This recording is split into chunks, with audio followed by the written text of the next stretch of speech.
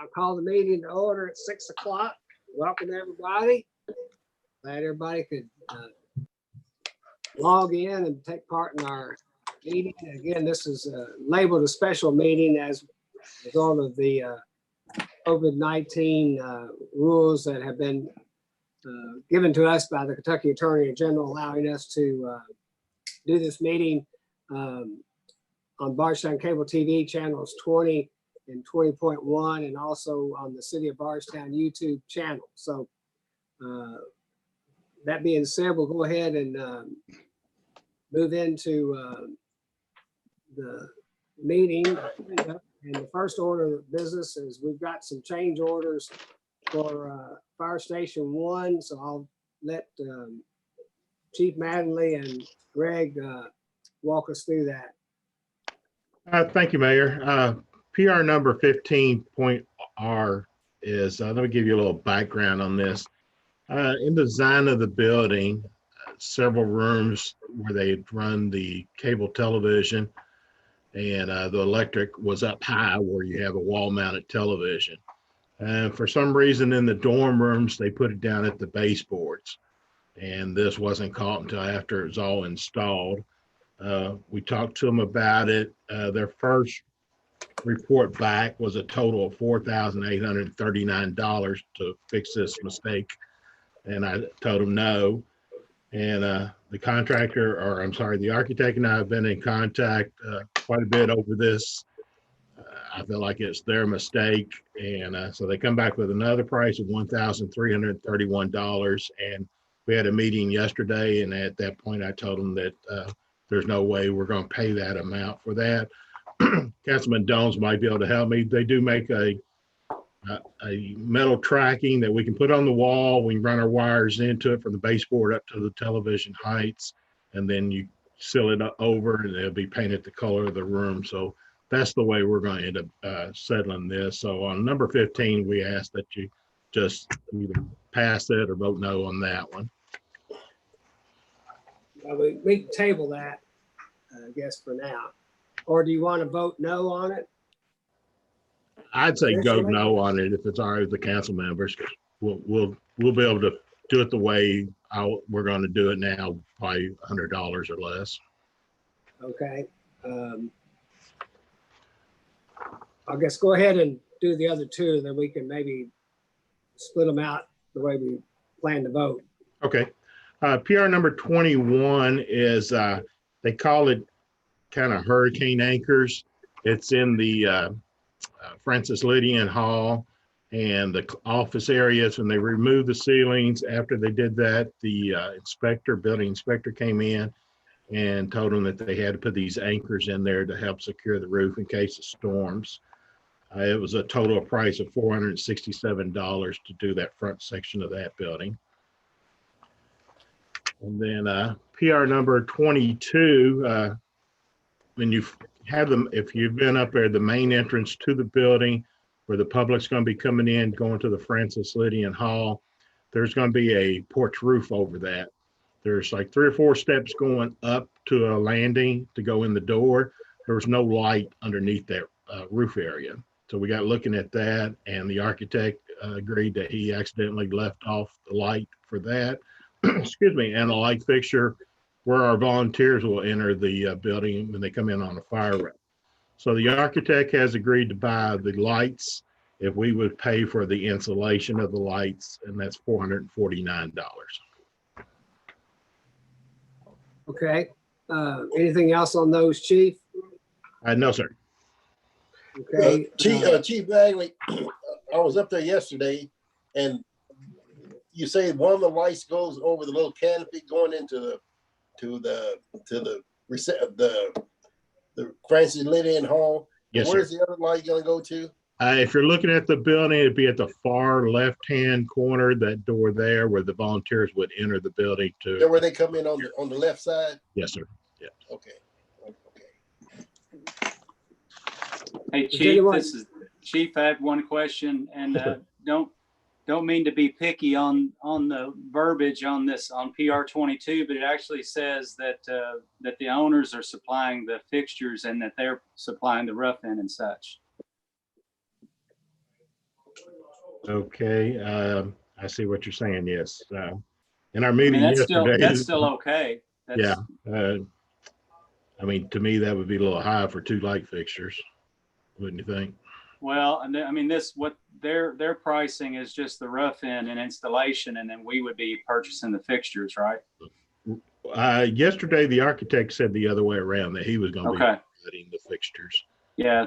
So the way it's written here is it's the opposite. So just want to make sure that we weren't getting the short end of the stick. Right.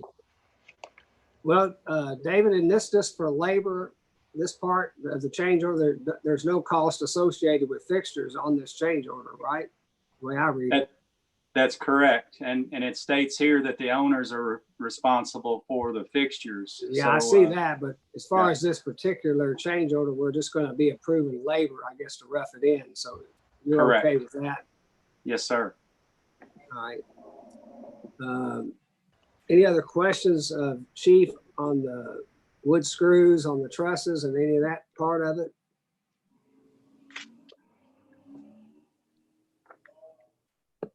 So it looks like then we've got.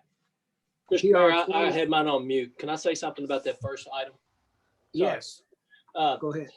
I think it was such a nice building that this cable he's talking about running up the wall is not going to be very aesthetically pleasing for a brand new building to me.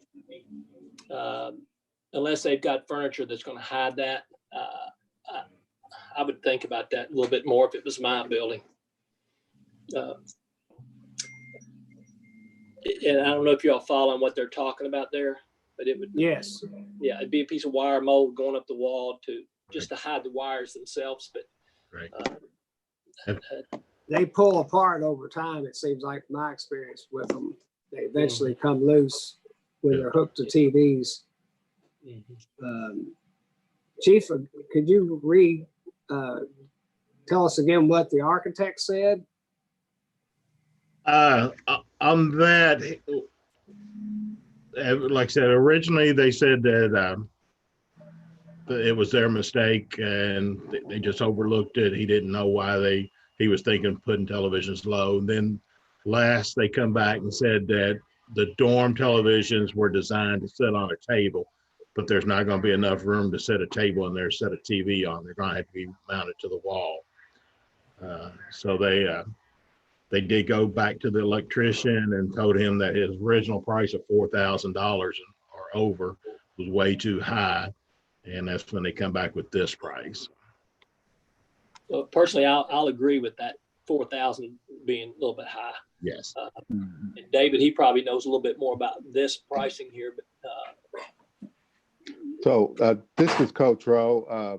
Are we talking about drilling a hole into the wall and then feeding the electrical line down to the cable into the electrical? Is that what we're talking about here? There's already an electrical box and there's a cable box down at the baseboard. And what they're proposing now to do is go up high, like they're going to mount a television on the wall and put a new box and a new electrical outlet there and fish the wires up from the ones that are already run down to the baseboards. And then they would tie into the new boxes there. And so Is what that about the the same color as coax the wall? cable that's at the bottom? Is that going to be replaced and they're going to They would just put a cover over the 2 plates down at the bottom. David, I got a question. If this had been done at the start, there might have been a little more cost of running those wires higher, or would there not be? Running those boxes higher from the normal? It would have been minimal if it had been done at the start. I mean, the addition would just have been relocating the box to another location. It would have been a minimal amount of cable that would have been added. So the cost would have been minimal.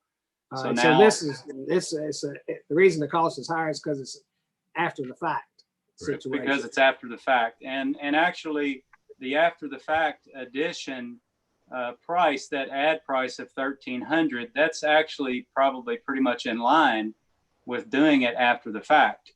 The question is, I guess, is if we should be making the architect eat that instead of us.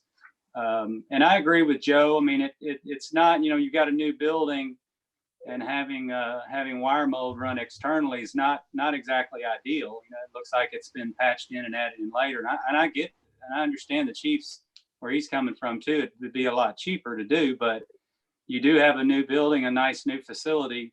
You'd like to see a nice clean installation. So the price is not out of line for after the fact add in. I think we just need to discuss whether we should hang the architect for it instead of us paying for it. Well, I'm more than happy to give the architect a call tomorrow if we want to table this until the. Or, Mayor, didn't the chief say that they were designed though to be a tabletop mount? So that box is in the right spot, I would think, for a tabletop TV. So I don't know that that's really the architect's responsibility, in my opinion. okay. Yeah, I would Good agree point. with that, Joe. I would agree with that. Well, then, is there any other questions for Chief or Greg on this?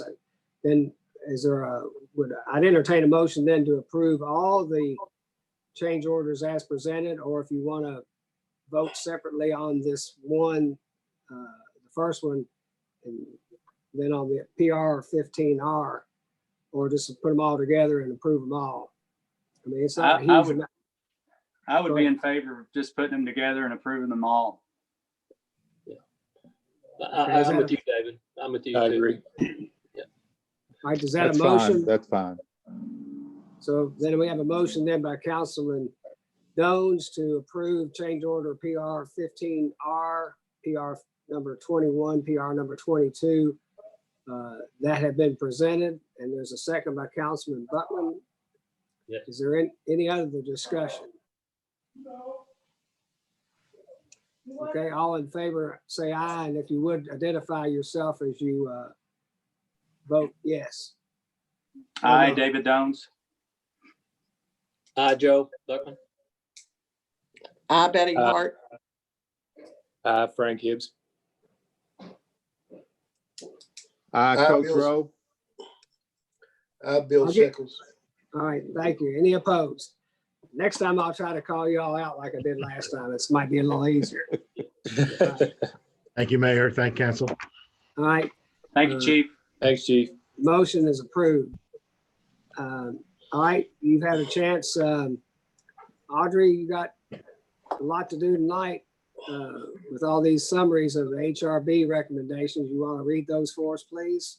I will, Mayor, and do you want me to go ahead and read them all, and then I assume that Councilman Buckman will abstain? I'm not sure how he can recuse. I guess he could turn his audio off on the presented. You can go in the other room if maybe for a minute. I'm going to listen. No. He Okay. can leave the room. He can leave the room and see if the dog will come sit in his chair like Bill Belichick did the other night during the draft. Okay, So- I'll go ahead and read them all, and then we can take them up however we need to. COA 2007, Sheila Hurst, applicant owner, request to paint the property at 126 North 3rd Street. Recommendation: approval to paint the building with the following conditions. The paint colors will be the nomadic desert color for the cornice, the tricorn black paint color for the trim, and the red barn paint color for the brick. Those colors will be approved in person by the chairman of the HRB board, Lizbeth Barkley. The paint finish for the brick will be a flat or eggshell finish. The cornice paint also needs to be a flat finish. COA 2010, Patricia D.D. Smith and Frank Smith, applicant owner, request to paint the house, trim, doors, and shutters at 218 North 4th Street. Recommendation: approval to paint the house the proposed colors. COA 2011, Patricia D.D. Smith and Frank Smith, applicant owner, request to change a door from paint to stain at 218 North 4th Street. Recommendation: approval to stain the front door the proposed stain color provided in the application. COA 2012, Patricia D.D. Smith and Frank Smith, applicant owner, request to add shutters to the house at 218 North 4th Street. Recommendation: approval to install the proposed shutters. COA 2013, Joe Buckman, applicant, Josh and Lindsay Blackman, owner, request to install and replace a brick sidewalk and add brick to the porch at 208 East Flagey. Recommendation: approval to install the proposed brick on the sidewalk and the porch. COA 2014, Joe Buckman, applicant, Josh and Lindsay Blackman, owner, request to install copper gutters and downspouts at 208 East Flagey. Recommendation approval to install the proposed gutters. COA 2015 Joe Buckman applicant, Josh and Lindsay Blackman owner, request to install a roof to the property at 208 East Flagey. Recommendation approval to install the proposed roof. COA 2016 Finn Davis rental applicant owner, request to paint the house at 302 South 3rd Street. Recommendation approval to paint the house the proposed paint color. COA 2009 Finn Davis rental applicant owner, request to replace 4 windows at 302 South 3rd Street. Recommendation approval to have it says attic vents, but attic vents installed with the following conditions. Conditions: the louvered vents are installed in the summer. In the winter, the original windows will be put back in their original locations and the frame would remain intact. COA 2026 Finn Davis rental applicant owner, request to paint the cornice at 103 West Muir.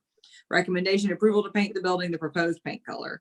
COA 2019 Bardstown Baptist Church applicant owner, request to place a fence around their dumpster at 101 West Brashear. Recommendation approval to install the proposed fence around the dumpster with the following conditions.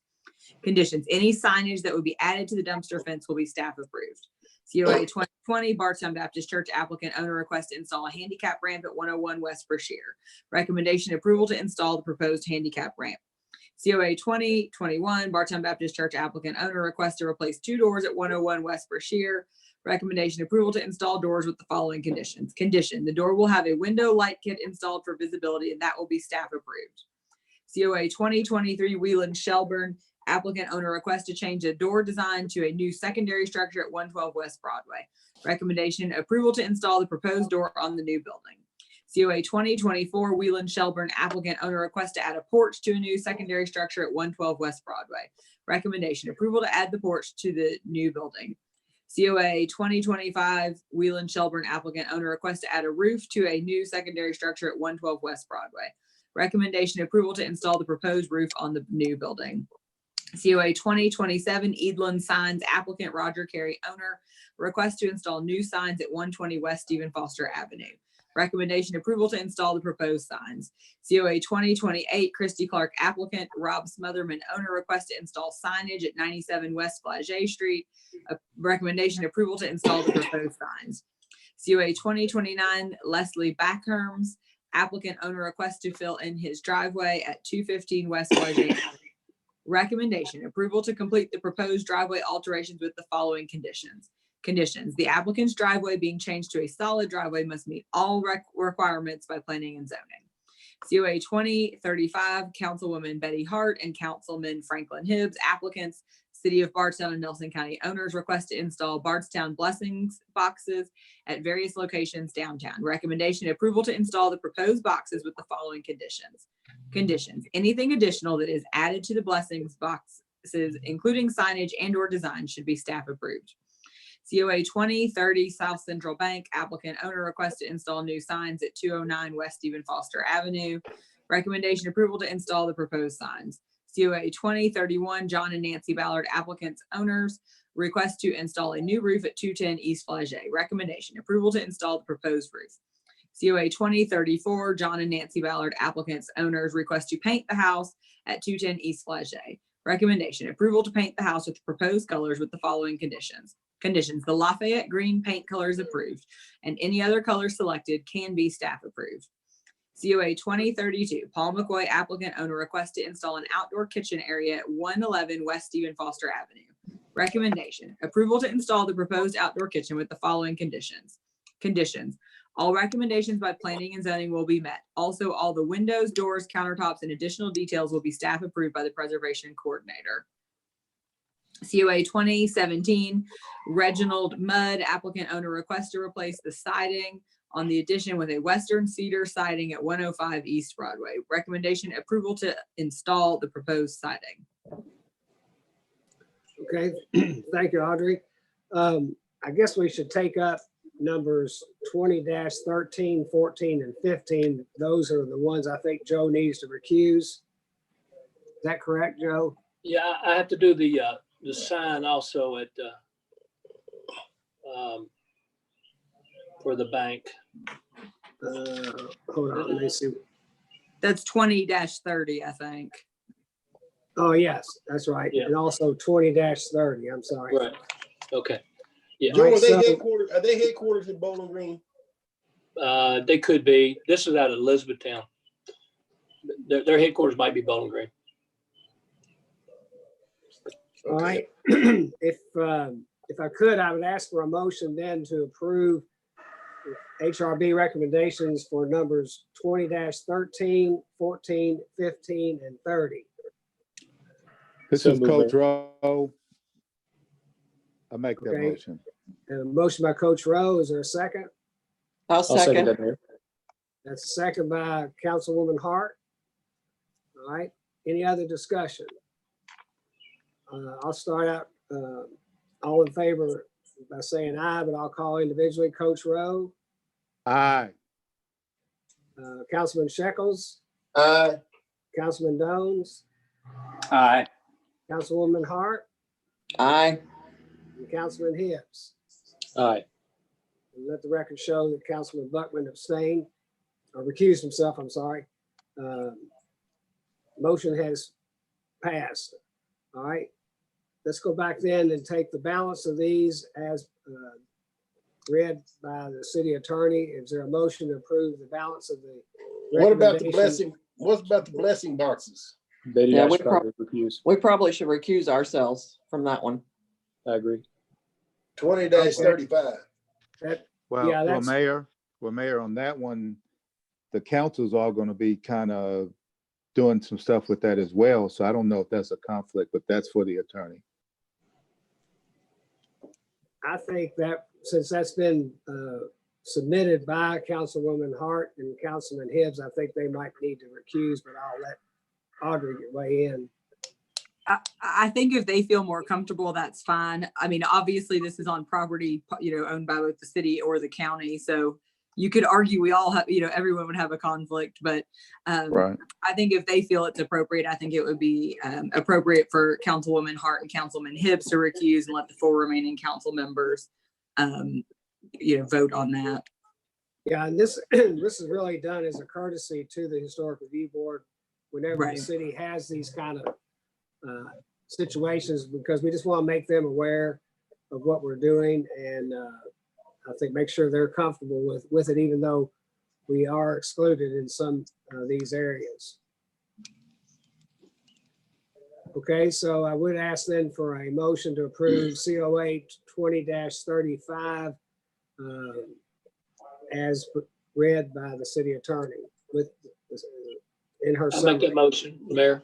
We have a Councilman Buckman is a motion. Do we have a second? Second. Okay, any other discussion? Okay, we'll call on, all in favor, say aye, starting with Councilman Buckman, Aye. Councilman Dones, Aye. Councilman Shekels, Aye. Councilman Williams. Aye. Okay, motion's passed, and let the record show that Councilwoman Hart and Councilman Hibbs have recused. All right, thank you for catching that. Now let's go to the balance of those presented and read in summary by the city attorney. Do I have a motion to approve those recommendations from the Historic Review Board? Mayor, I'll make that motion. And motion by Councilman Hibbs. Is there a second? I'll second it. I'll second it, Mayor. All right, second by Councilman Shekels. Is there any other discussion? Seeing none, all in favor, we'll start with Councilman Hibbs, Aye. Councilwoman Hart, Aye. Councilman Buckman, Aye. Councilman Williams, Aye. Councilman Shekels, Yes. Councilman Dones. Aye. Okay, motion's carried. Thank you. All right, we've got 2 sets of minutes, one from our, it's a special call meeting, but it was a full meeting, April 14th, and then the one from April 15th was for the second readings of those 2 ordinances. Is there any corrections or additions to either one? If not, then we'll approve them by unanimous consent. Thank you. Okay, the next item is a first reading, ordinance number B 2020-07. I need one of the council members to introduce that ordinance, please. Mayor, I'd be proud to do so. I'd like to introduce ordinance number B 2020-07. It is an ordinance amending and adopting as amended an ordinance relating to the operation of municipal-owned cable television system, communication system. And please ask our city attorney to read the summary of said ordinance. Okay, thank you, David. Excuse me, Audrey, if you'd like to read the summary, please. Yes. Summary of ordinance number B 2020-07, an ordinance amending and adopting as amended, an ordinance styled an ordinance relating to the operation of a municipal-owned cable television communication system to provide service to residents and customers within the city of Bardstown and Nelson County, Kentucky, authorizing the expenditure of money from the 1984 bond sale and from the general fund to purchase the system, and the creation of a department which shall be called the Bardstown Cable TV Department. The city of Bardstown, Kentucky does hereby ordain that section 54D, subsection 13, and section 54.04 I, subsections 1, 2, 3, and 6 be amended as follows. Section 54.04, installation and reconnection charges, subscriber rates, and miscellaneous cable charges. This section will be amended to create a new service for subscribers called Internet Protocol Television, IPTV, on the city's physical network, and sets monthly rates for that service as set forth below. Subsection 13, strike reserved, insert the following: Internet Protocol Television, parentheses, IPTV, BYOD gateway service, $5 per month extra, additional, BYOD without DVR or catch-up restart, $2.95 per month additional, IPTV set-top, $2.95 per month additional, extra DVR hours, $1 per month additional per 50 hours, extra BYOD concurrent streams, $1 per month additional per 2 extra. Further, section I shall be amended to reflect that internet service shall be amended to reflect 2 types of internet service. The existing internet service shall be now called cable modem service, and a new service known as passive optical network, PON, fiber service will also be available to customers. Further, Lifeline service shall be available to households that qualify for the lower cost service. Additionally, customers will be able to rent an optical network terminal, ONT, at the same monthly cost as a modem. Rates for PON fiber service and Lifeline service are set forth as follows. Subsection I, strike cable modem, insert internet service. Number 1, residential service. Insert subsection C, PON fiber service within corporate limits, 100 megabytes per second, $51.25 per month, 500 megabytes per second, $66.25 per month, 1 gigabyte per second, $76.25 per month. D, PON fiber service outside corporate limits, 100 megabytes per second, $56 per month, 500 megabytes per second, $71 per month, 1 gigabyte per second, $81 per month. E, Lifeline cable modem service within corporate limits, 10 megabytes per month, $10 per month. F, Lifeline cable modem service outside corporate limits, 10 megabytes per second, $14.75 per month. With a footnote, this is available to households that qualify for NSLP or SNAP senior 65 or older or eligible criteria as may be determined by the city council. Section 54.04, subsection I2 shall reflect that what was previously internet service is now cable modem service, and PON fiber service rates for commercial service and connection and installation rates shall be as follows.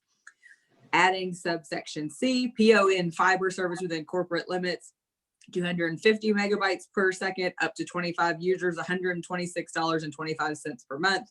500 megabytes per second, up to 25 users, $146.25 per month. 1 gigabyte per second, up to 25 users, $186.25 per month. Over 25 users and or over 1 gigabyte per second by contract. D, PON fiber service outside corporate limits, 250 megabytes per second, up to 25 users, $131 per month. 500 megabytes per second, up to 25 users, $151 per month. 1 gigabyte per second, up to 25 users, $191 per month. Over 25 users and or over 1 gigabyte per second by contract.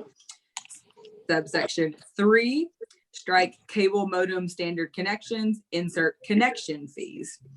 A, full, insert cable modem internet install inside corporate limits, strike $91, add $36. Outside corporate limits, strike $99, add $44. Includes running a separate cable wire from the outside of the house to the computer, installing one strike network card in computer, add cable modem, and configuring the computer to operate on the cable system. B, other installation components, strike network card only, add initial new OH, which is overhead, install, $52 per month inside corporate limits, $60 outside corporate limits. Number 2, initial new underground install, $127 per inside corporate limits, $135 outside corporate limits. Add subsection C, PON fiber installations. Number 1, initial new OH install, $60 inside corporate limits, $68 outside corporate limits. Number 2, initial new UG install, inside corporate limits, $135, outside corporate limits, $143. Finally, subsection 54.04 I6 regarding wholesale rates charged to internet service providers shall be amended to include a wholesale rate for PON fiber service, which shall be a flat 60% of the city's retail rate. This ordinance, including the rates and charges, shall be in full force and effect following publication and summary as required by law and put into effect and collected from and after the close of business April 30th, 2020, i.e. for bills due on or after May 1st, 2020. This summary was certified by Audrey Hayden, City Attorney. And believe it or not, that is a summary, even though it doesn't seem a lot shorter. Yeah.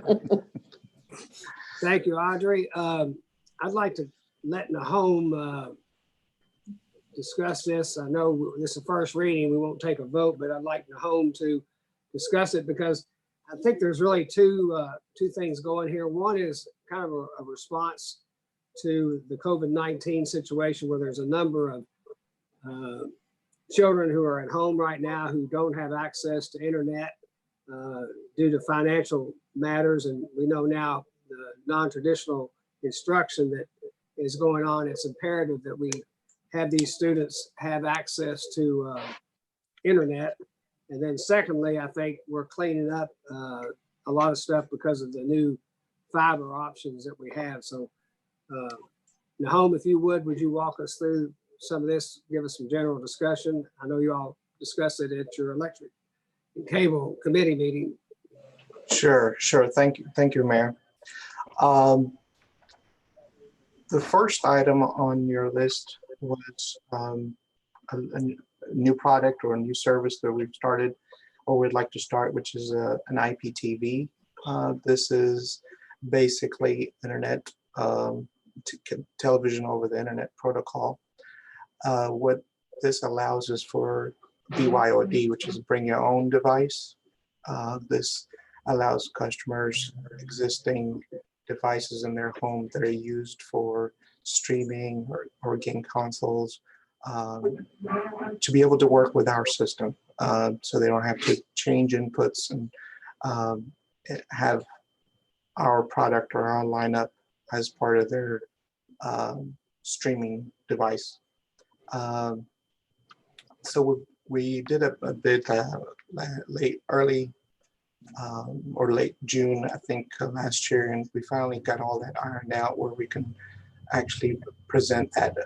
It also allows us to present our lineup in areas where we have fiber deployed and are serving some of those neighborhoods with only fiber. And so this protocol that actually uses the internet to provide our current lineup allows us to offer TV in those new neighborhoods. The second item, so the IPTV service has a couple of different things on there. There's a set-top box for those who'd like to have a set-top box and don't want to use their own devices.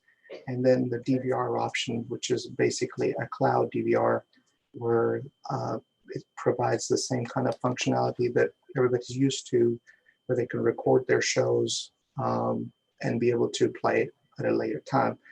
The other additional feature this has is what we call catch up and restart.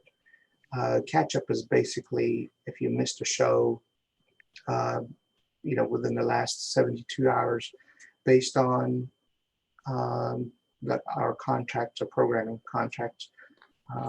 As long as they allow those retentions, the customers be able to play shows from previous day. The other option is a restart, which is if you started the 5 o'clock news or you got there 10 minutes later and you restart it from the beginning, you can. So those features are nice. I think a lot of customers would like those. And it also allows them to use multi-screen. You basically get our lineup on multiple devices. This is kind of where most things are heading. And as long as they're on our network, they'll be able to, you'll have access to our lineup. The next item we tried to address was PON, which is Passive Optical Network.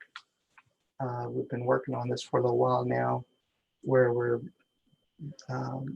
providing additional option for higher speeds on a platform that can grow with us, that is going to prepare us for the future and the services and the demands are coming down the road, and also a more reliable platform.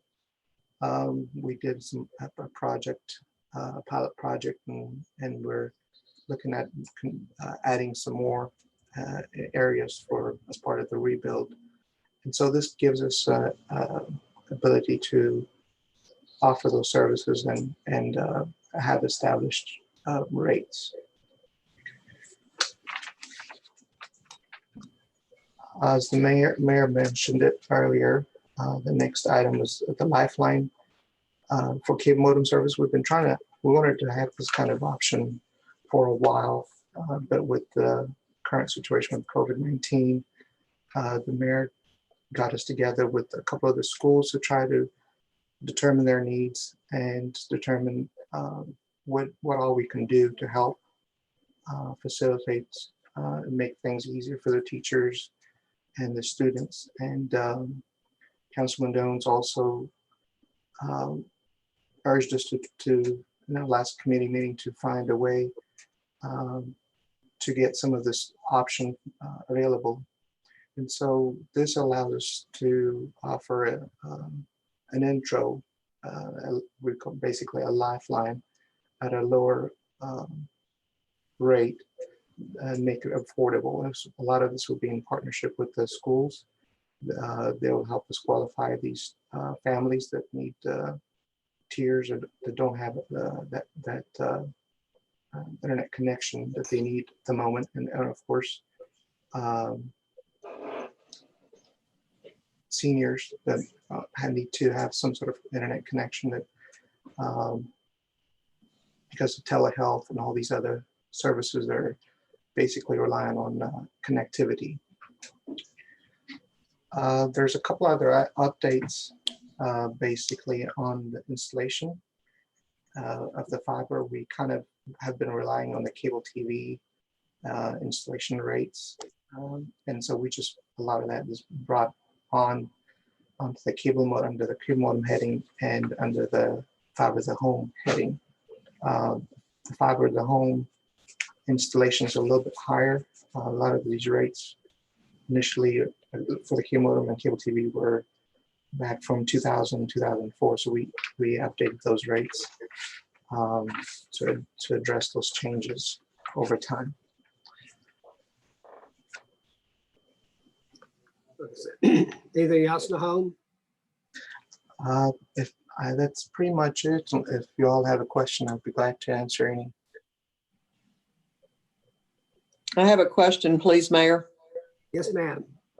Nahom, on the Lifeline, where the households that qualify, then it also says senior 65 or older. So does that mean that any senior that currently uses this service will get a price reduction, or will it just be going forward, or how does that work? So this is a lower speed, and so if they choose to have a lower speed, then all the current offerings that they have, they'll be able to sign up for that service. Even if they have existing service and then they just change the speed? That's correct. Okay, thank you. But that's a major change though in speed and reliability, isn't it? Nahum? Yes, that is, that you would have, yes. For our, a lot of people use in families where they have kids and multiple users, those speed matters. And so we've actually, over the last few weeks, we've had more customers sign up and upgrade their speeds because everybody's home and using them. And so this just gives somebody that's probably don't need that much connectivity, gives them that option to be able to use it. But I'm not anticipating a lot of people would downgrade their speed at the moment. But if there are seniors who, are on a fixed income and they're looking for ways to cut their budget, then they could cut that sum, even though it's going to slow everything down. That's right. That gives them an option. Yes, ma'am. Okay, thank you. Mayor, I had one other thing to add, maybe for consideration, and also speak to Nahum about it. With the Lifeline system, should we consider some type of installation fee waiver, and possibly with a sunset clause? I know we're not talking about a great deal of money here, but it could help. It could help someone with financial difficulties, at least getting that installation during this time, that we're currently in, and then possibly, like I said, look at some type of a sunset clause that would reinstate the installation fee. Is that something that anyone's willing to discuss? Nahum brought that up to me, David, and I think, there's probably some merit there, because the main reason pushing this is because of the non-traditional instruction and learning that is going on right now, and will continue till the end of June, basically. So those students really need access to this. And speaking to schools and teachers, it's a major issue. I mean, I'm sure there's well over, I think we know that we had well over 100 to 200 households, just school related, that could use this service tomorrow. So Nahum, how much is the installation on this? What kind, if we waive that for say 90 days, what are we talking about? A typical self-install is about $36 to $40. Most of the services would be, it would vary, but that's about the range I would think, about 36 to 40. So Councilman Dones, if you would, we could make that maybe, I don't know if we need that as part of the first reading to amend this ordinance. If you wanted to make a motion, I don't know if Audrey would ask us to pass the ordinance, and we could pass a second, make a second motion on this at the next meeting. We could waive the install cost, or just amend this ordinance with that now. Mayor, I think, that's such a minor detail. I don't think it changes the greater intent of the ordinance. And so in that situation, we're permitted to make those kind of changes. We could also, having discussed it here, I think I guess we don't vote on this, but we could just sort of by voice vote, I guess, sort of informally discuss if that's an amendment we want to make. But I don't have any issue with making that change before we do a second reading tomorrow, because I don't think it affects the underlying intent of the ordinance or modifies it in a way that would make this first reading misleading to the public.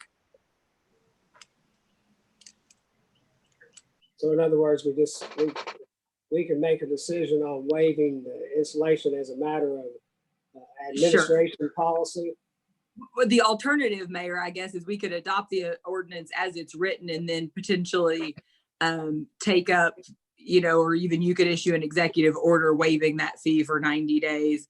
Or we could take it up. I guess we already sent the agenda for tomorrow, but we could take it up as a separate matter, as a resolution or a municipal order or something along those lines too. Either way. All right, well, we'll do the first reading tonight, and then we can take up that proposal through an executive order if everybody's comfortable with that. Just leave the ordinance as is.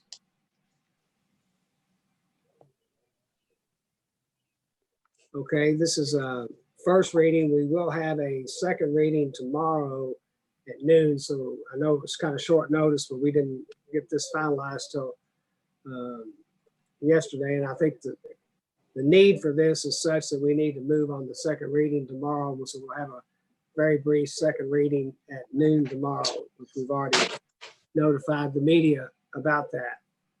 Everybody okay with that? Yes, sir. Yeah. Yes, sir. Yes. Yes, sir. All right, the next item is a donation request, and the only reason I've asked them to send a donation request to us is that if you remember when we gave the donation of $20,000 to the Tri-County United Way, that we had some discussion about if they had some needs of their own that they felt needed to be addressed due to the problems with the layoffs and so forth. We asked them to submit a request to use part of that $20,000 donation for their own purposes. And so I asked them to just do that as if they were making a direct request to our normal community development grant, just so we would know what the funds were going to be used for and the purpose of them. So if you see that their application, they are requesting $2,000 and that has been submitted through my office. So I guess I would be the sponsoring person for this. And So are you saying that they're requesting 20,000 or the 30,000 that we issued? no, 2,000 of the 2,000 of the 20,000 that we donated. Oh, okay. I don't know. I'm not bad. I was thinking if it was 20,000 instead of 2,000. My bad. Well, then they also got an additional 15,000 from some private business that joined our donation. So, and then on top of that, they've gotten another 20,000 from another private business. So at the end of the day, they've gotten 55,000 in new donations as a result of this. But they're obviously going to get a major hit because of the payroll deduction. So this request they would like us to consider approving, letting them use $2,000 of the 20,000 that we provided them for their own use, which would be their operating expenses and help with allocations to our funded partners. And mainly, as they point out, a decrease in their 2020 income because of the payroll deductions. And so they want to continue, the normal contributions that are annual that they have. And then, of course, they use these funds to work with local programs that are used to address the needs of our community and but not limited to the provision of food, shelter, substance abuse, domestic violence, support, child safety, family assistance, youth development, senior services, et cetera. So all those, I think, pass the vetting process that they're being used in a proper manner, and they are willing to provide the auditing information that we would request. So if I could, I'd ask for a motion to approve the request from the Tri-County United Way to utilize $2,000 of the $20,000 recent donation that had stipulations from the city of Bardstown for the COVID relief here in Nelson County in Bardstown. So Mayor, moved, I'd like Mayor. to make that motion. Oh, sorry, Dave, Okay, so go we ahead. have a motion by Councilman Dones and a second by Councilman Shekels, I think. Is that correct? Gibbs. Okay. Is there any other Yes. discussion? Okay, seeing none, I'll ask for approval. All in favor, say aye, starting with Councilman Dones, Aye. Councilman Shekels, Aye. Councilman Williams, Aye. Councilman Buckman.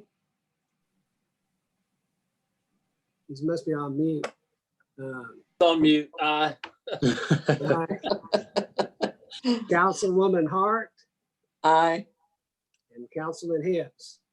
Aye. Motion's passed. Thank you all, and I'm sure Laura and her board will be happy to get these funds put to good use on behalf of the people here in Bardstown, Nelson County.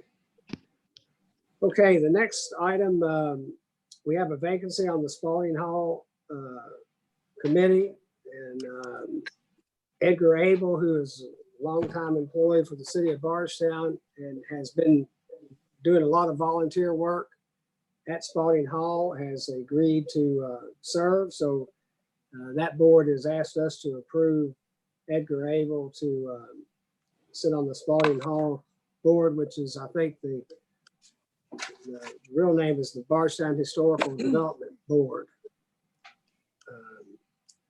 So I think most of you all would know Edgar, and he's already doing a lot of work over there. So his pay's not going to change.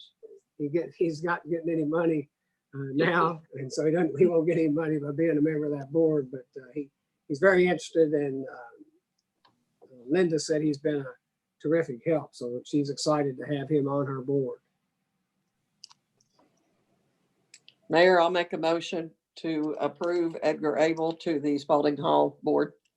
I'll second it, Mayor, Coach Rowe. All right, we have a motion by Councilwoman Hart and a second by Councilman Williams. Excuse me. All right, all in favor say aye, starting with Councilwoman Hart. Aye, and thank him for his service.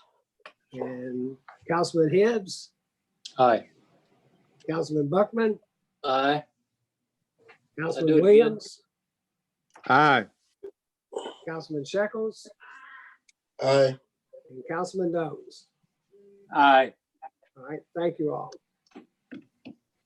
Okay, the next item is an update, and we're going to talk about 2 or 3 different things.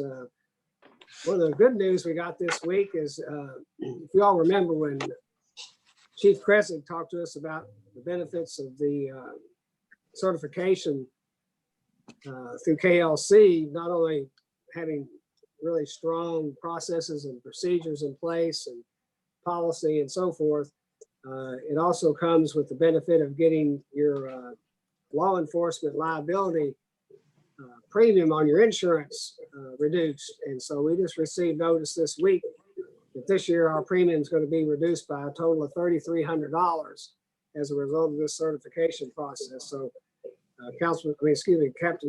Chief Kressig, we really appreciate all the hard work that you and your staff have done and the savings it's bringing to the city because of this certification. Thank you, sir.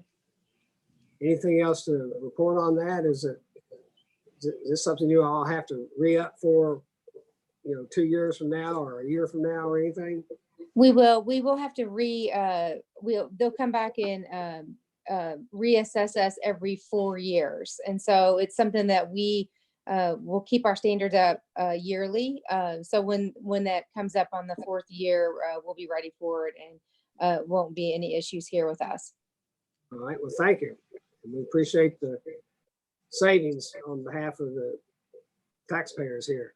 As far as the COVID update, we're still sitting at 21 cases right now.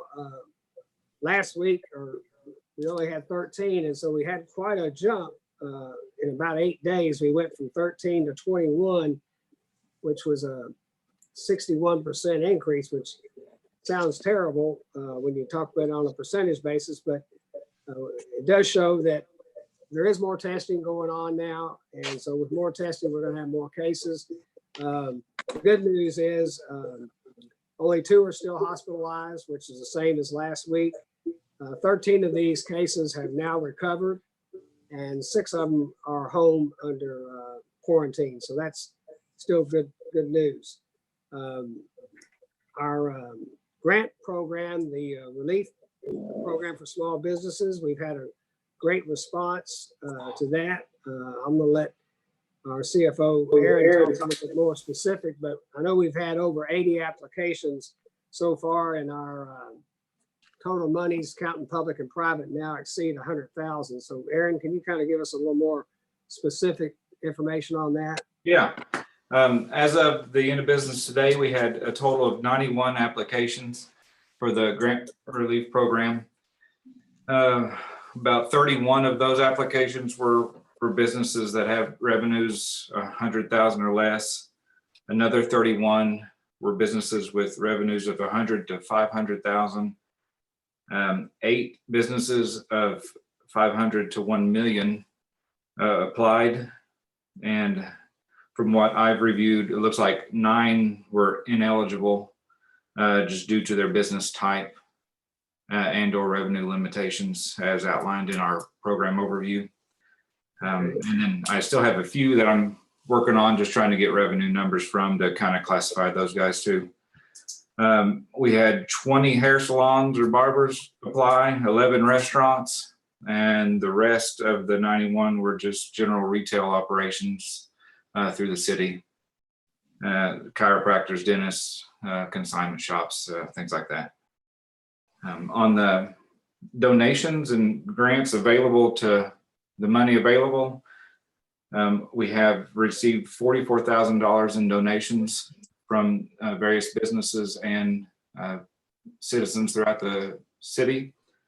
Awesome. And then with the 65,000 that the city's putting in, that takes our total for a distribution of grants of, we have $109,000 available to distribute to these applicants.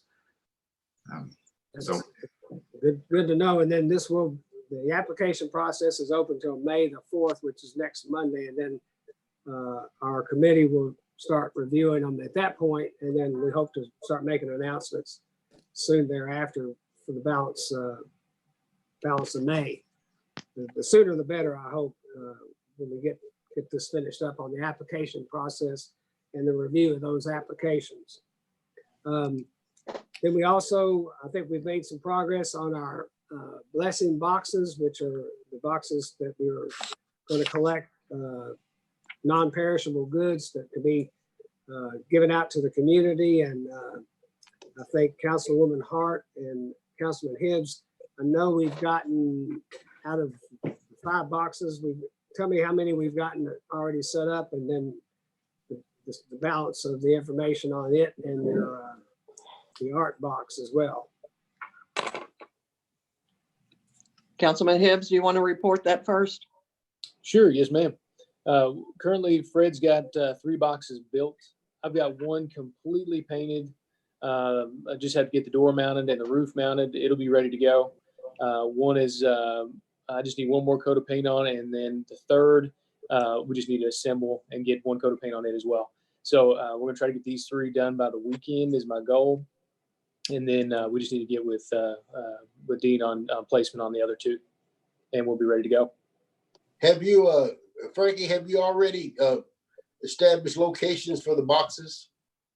We've got 4 picked out, right, Betty? And then we're waiting on 2 more, the ones that'll be the most impactful. And we're actually working with Dean on possibly putting them on county property as well, in just location we think is gonna be the most impactful. So you're gonna make that announcement when you get them all set up, when you get them all fine-tuned or whatever, or definite locations, you're gonna make that announcement? Yes, we got 4 definite, and then 2 we're just waiting on. And I've even talked with Matt over at PLG about trying to get some press on that too. That way everyone knows exactly where they're at, and they can get that out to the people in need. The mayor and Daniel have both signed off on our location, so I think we can go ahead and share that with everybody. Yeah, go ahead, Betty. Okay. 1 is going to be down in front of the Kobeck building. 1 will be mounted on the side of the restroom building at the Bardstown Community Park. 1 will be up near the city pool where there's a little free library. The 4th one, Judge Watts is letting us put somewhere out by the senior center, out by the Justice Center. We still need a 5th location for the food boxes. We're trying to find somewhere out behind Dairy Queen in that area. We think that's a good area to be, but we haven't found a location for that one. And then the art box will be down on the square by the arts building. All right. Thank you, Betty. And can I give a little bit more update, please? Yes, ma'am. Okay. I can't remember if I shared the fact that RMAG is building the bases for us. We've gotten a couple more community partners since we last talked about this. Carrie Signs is making the stencils for us to put our verbiage on the door of each box. Save a Lot is going to work with us on having bags available in their store already filled, maybe that people can just pick up for $10, pay for it at the register.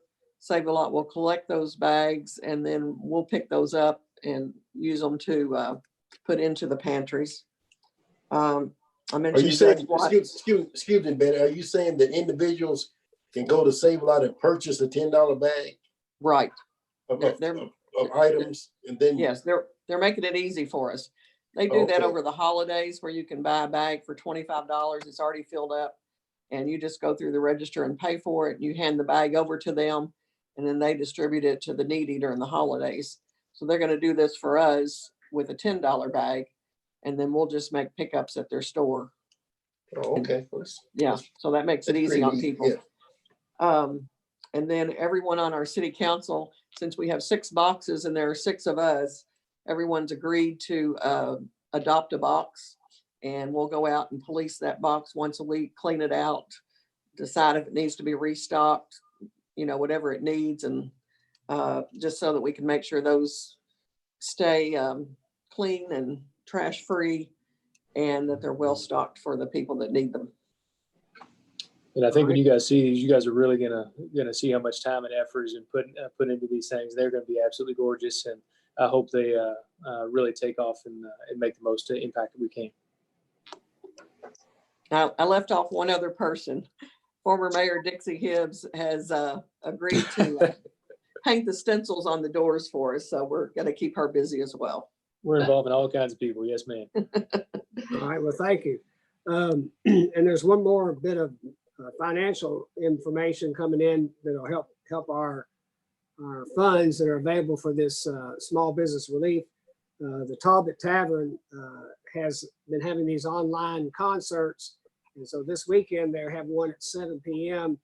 And the proceeds they raise from that will go towards our small business relief project. So people should tune in to these Talbot Tavern online concerts and help maybe help raise some more money for a good cause that we're trying to work on. If you remember, the second phase of our relief project was going to be getting a group of people together to help us work on our recovery plan. And of course, with the governor's announcement of opening, the health industry this week, and it looks like he may follow up with some more announcements on May the 11th and the 18th and so forth. We want to kind of get ahead of this, so maybe hoping to help get Bardstown and Nelson County to be ahead of the curve when it comes to being in position to safely open up whatever businesses that get the nod from the governor's people. And, it's a little bit of a moving target, trying to keep up with the changes and the requirements, the guidelines, and, who's responsible for the testing and where it's going to be. But that's something we're going to try to be proactive about is hopefully getting more testing available here in Bardstown and Nelson County, more PPE available, because these are all requirements of meeting the requirements to be in phase 1 and phase 2 of these openings in the state. And so testing and tracing and PPE, and then also there'll probably be a communications part of this effort so that we get the word out to people. So most businesses are already working on trying to have policies in place to where they can be compliant with the social distancing and the sanitizing requirements, and also the mask and all that that's coming with it. So this group is a really solid group that represents a very broad base of our economy, but also other agencies. You know, we're going to have school representation. We're going to have, of course, healthcare and hospital and doctors on this group who help us advise us, as well as, you know, financial people, bankers, accountants, business people, attorneys, and also manufacturing is going to be represented, as well as small business. And then we'll have, of course, city government and county government will be taking part in that. So I still think that it'll be a gradual approach to the reopening, following you know, what the governor permits, but also we've got to make sure that you know, our people are you know, ready and they're going to be compliant with the requirements, because the worst thing we want to happen is for more cases to come as a result of any opening we can have on more traditional businesses. So with everybody working together, I think we can help ourselves here, and then also because, you know, just we want to think about this. You know, we're very dependent on tourism here in Bardstown, Nelson County, and what we're hearing that, you know, the travel is going to be more in-state now. People are not going to go out of state as much, and so we want people to understand that, you know, we've been proactive on getting prepared for reopening, and that they can come to Bardstown and Nelson County and feel safe when they come here. And the same thing for people out in the community. We want them to be able to feel safe when they go into a business that gets reopened. You know, even though there's obviously going to be conditions on the reopening, but we want people to know that they can be safe when that happens. So we'll be working on that this week.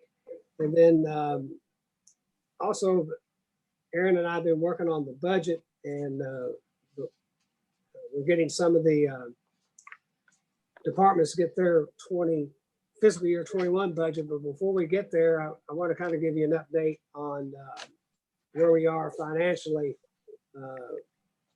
Best projections we can make on, you know, what kind of hit we're going to take, both with deferring the net profits taxes to July, and then also some of the impact on our normal collection of occupational license fees, you know, due to payroll deductions, and then some utility impacts. So what it looks like is, the good news is we have been trending about $320,000 ahead of budget on occupational license fees and net profit taxes before this happened. So we think the hit to us at year end on this fourth quarter on net profit taxes and occupational taxes is going to be somewhere about $200,000 to $250,000.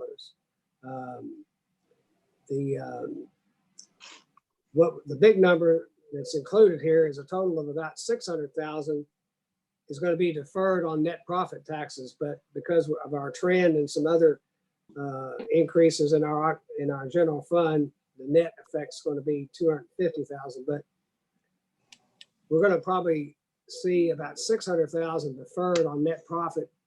Some of that will hit the first quarter of our fiscal year 21 budget, $300,000 we're projecting.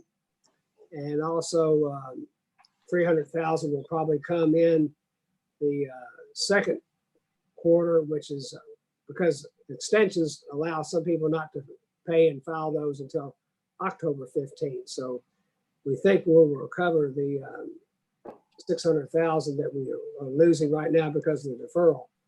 But with that being said, we think that there's probably going to be as much as a 30% reduction in the occupational license fees, which could amount to about $403,000. And Aaron, I'm trying to remember, I think that's in fiscal year 21 is that impact. Is that correct? Correct. I'm expecting that. Those won't be payable till July 15th. So that will be fiscal year 21, a reduction there. Right. So anyway, we think we'll be able to amend our budget and balance these shortfalls for fiscal year 20 with our unrestricted reserves. So that we should be okay about that. It's a big hit, but it's not one that we can't overcome.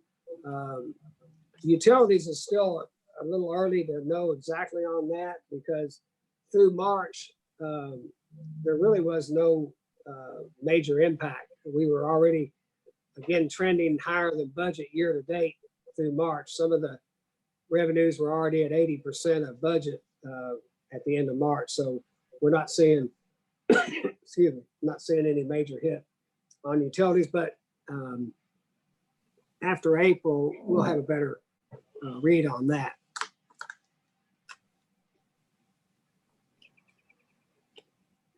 So Aaron and I have got several of the departments are done. We're reviewing those right now. Then we'll sit down with the department heads. Once we get our final numbers, we go over that with them, and then we hope to have the budget to you guys early in May. So stay tuned for that.